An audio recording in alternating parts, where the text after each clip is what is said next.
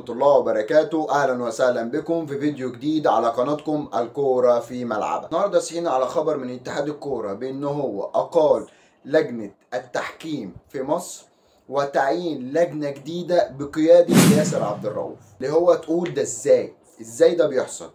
يعني انت جايب واحد كان بيطلع في قناة نادي الزمالك وعايز تمسكه رئيس لجنة الحكام؟ انا مش قادر افهمها دي. طب ازاي؟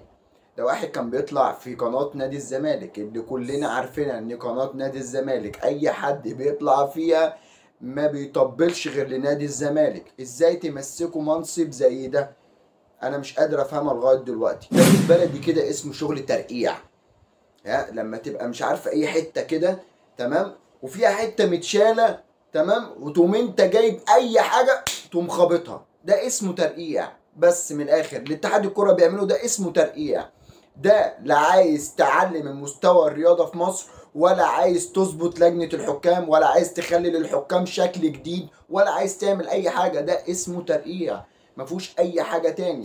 راجل كان بيطلع في قناه نادي الزمالك، راجل كان انتمائه كله لنادي الزمالك، مفيش بني ادم والناس كلها عارفه، والناس كلها اللي متابعه الرياضه واللي متابعه الكوره في مصر عارفه اي حد بيطلع في قناه نادي الزمالك انتمائه بص بكل حاجه لنادي الزمالك، وانت جايبه وحطه رئيس لجنة الحكام في مصر. ده ازاي؟ طبعا كلنا عارفين ان اللي حصل ده بسبب التسريبات اللي حصلت في مباراة الزمالك والبنك الاهلي. حصل ان هو حصل فيه تسريبات، فعشان كده في ماتش الزمالك، خلي بالك ماتش الزمالك يعني مباراة الزمالك هو اللي حصل فيها التسريب ده. الكورة اللي اصلا خلاص يعني الحكم ذات نفسه محمد عادل بيقول لك الكورة صعبة، كرة صعبة عليا وحكمها وجامل فيها نادي الزمالك اللي الناس كلها شافتها وشافت التسريب ده مع ابراهيم فايق. احنا بس بنتكلم على حاجة معينة دلوقتي. انت واحد في مباراة نادي الزمالك وشلته اللي هو محمد عادل وطاقم التحكيم كله بتاع المباراة ده وقف اصلا تمام، ورئيس لجنة الحكام شلته بكل الناس اللي معاه وجبت ناس جديدة وعلى رأسهم ياسر عبد الرؤوف. ياسر عبد الرؤوف ده ازاي تجيبه تمسكه؟ والله العظيم ده اسمه ترقيع، مفيهوش حاجة تانية. ده ترقيع بالبلدي كده زي ما الناس كلها عارفة، يعني ده ترقيع اي حاجة في اي حاجة وخلاص. اتفرج بقى واضحك. بيقول لك اللي حصل ده لما جابوا ياسر عبد الرؤوف جابوه ليه؟ وتأتي هذه التغييرات في اطار سعي الاتحاد المصري لكرة القدم لتحسين اداء التحكيم وضمان نزاهة المباريات في الدوري المصري. ده اللي هو ازاي؟ انا مش قادر افهمها الصراحه اقسم بالله. يعني انت ازاي جايب واحد زملكاوي، واحد كان بيطلع في قناه نادي الزمالك، واحد كان انتمائه كله زملكاوي، راجل خلاص هو باين نفسه طالما طلعت في قناه نادي الزمالك يبقى انت زملكاوي فهمي رسمي نظمي عزمي كل حاجه، انت زملكاوي. تجيبه وتمسكه حاجه زي كده في دوري المنافس فيه الاهلي والزمالك كل سنه على الدوري المصري؟ جايبه تمسكه ازاي منصب زي ده؟ انا مش قادر افهمها. انت كاتحاد كوره، انت اتحاد الكوره نعرف ان هو عايز يرتقي بالتحكيم المصري لحاجه كويسه نتفرج عليها.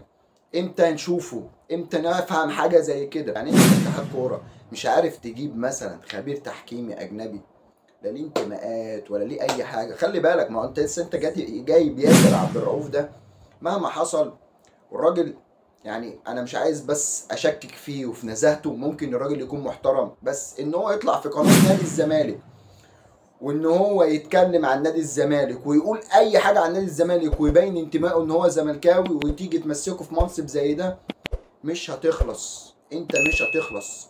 اي حاجه بتحصل في اي مباراه خلاص احنا بالنسبه لنا متعه الكوره هتروح. انا بالنسبه لي عايز اتفرج على المباراه استمتع، عايز استمتع، مش كل مباراه تطلع فيها مشاكل وكل مباراه تطلع فيها حوارات زي مباراه برضو النادي الاهلي وزد الكره الاخيره برضو اللي قال لك لا دي لازم تبقى ضربه جزاء وازاي زد ما خدش ضربه الجزاء.